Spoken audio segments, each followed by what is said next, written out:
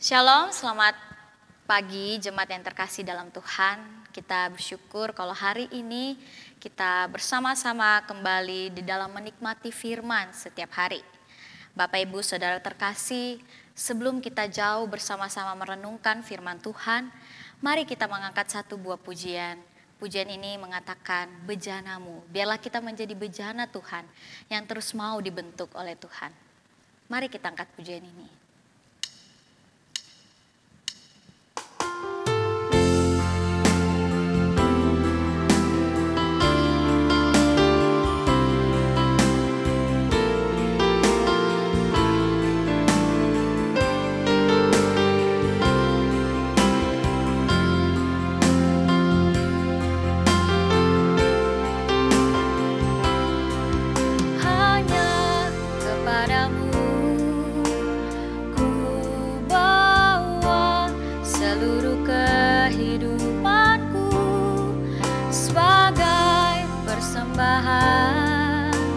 Yang hidup dan yang berkenan kepadamu, karena kasih-Mu Kau memiliku. Kini ku datang kepadamu, penuhi panggilan-Mu. Ini aku bejana-Mu, untuk genapi firman-Mu.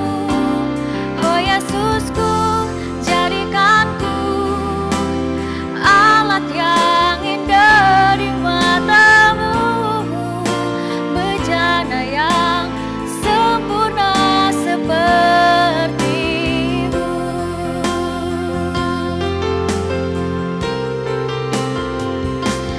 Ini aku bejana-Mu, bentuklah sesuai kehendak-Mu, untuk genapi firman-Mu. Oh Yesusku, jadikanku alat yang indah di mata-Mu, bejana yang sempurna seperti-Mu,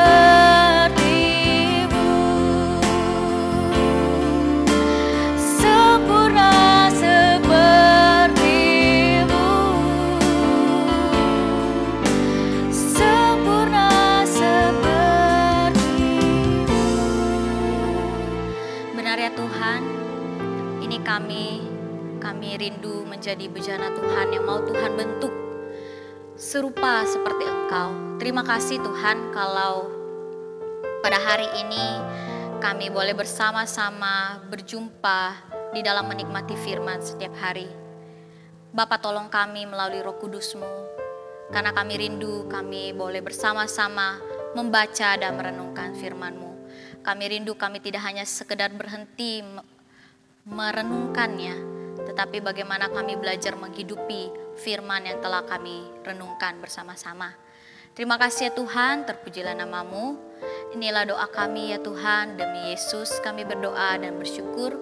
Amin. Bapak Ibu Saudara terkasih, hari ini kita akan bersama-sama merenungkan satu bagian firman Tuhan dari Hosea pasal 10 ayat 1 sampai ayat yang ke-8. Hosea pasal 10 ayat 1 sampai ke-8, demikian firman Tuhan. Israel adalah pohon anggur yang riap tumbuhnya, yang menghasilkan buah. Makin banyak buahnya, makin banyak dibuatnya mesbah-mesbah. Makin baik tanahnya, makin baik dibuatnya tugu-tugu berhala. Hati mereka licik, sekarang mereka harus menanggung akibat kesalahannya. Dia akan menghancurkan mesbah-mesbah mereka dan meruntuhkan tugu-tugu berhala mereka. Sesungguhnya sekarang mereka berkata, kita tidak mempunyai raja lagi, sebab kita tidak takut kepada Tuhan. Apakah yang dapat dilakukan raja bagi kita? Mereka membual, mengangkat sumpah dusta, mengikat perjanjian, tumbuh hukum seperti pohon umpas di alur-alur ladang. Penduduk Samaria gentar mengenai anak lembu Bet Awen. Sungguh, rakyat akan berkabung oleh karenanya, dan imam-imamnya akan tetap oleh karenanya, oleh sebab kemuliaannya telah beralih daripadanya. Anak lembu itu sendiri akan dibawa ke Asyur sebagai persembahan kepada Raja Agung. Efraim akan menanggung malu, Israel akan mendapat malu karena rancangannya. Samaria akan dihancurkan, raja seperti sepotong ranting yang akan terapung di air. Bukit-bukit pengorbanan Awen, yakni dosa Israel, akan dimusnahkan. Semak duri dan rumput duri akan tumbuh di atas mesbah-mesbahnya, dan mereka akan berkata kepada gunung-gunung, timbunilah kami, dan kepada bukit-bukit, runtuhkanlah menimpa kami. Tuhan, demikian firman Tuhan. Saudara, santapan harian memberi judul dosa dan kemuliaan. Saudara, keadaan yang baik, makmur, sejahtera, penghasilan yang besar, sehat, kuat, pintar, dan kaya dapat membuat orang melupakan Tuhan. Saudara, bacaan hari ini diawali dengan kehebatan dan kemuliaan Israel. Israel digambarkan seperti pohon anggur yang terus tumbuh dan bertambah besar. Buah yang dihasilkannya juga banyak oleh karena tanahnya yang subur. Namun saudara, hati mereka itu licik.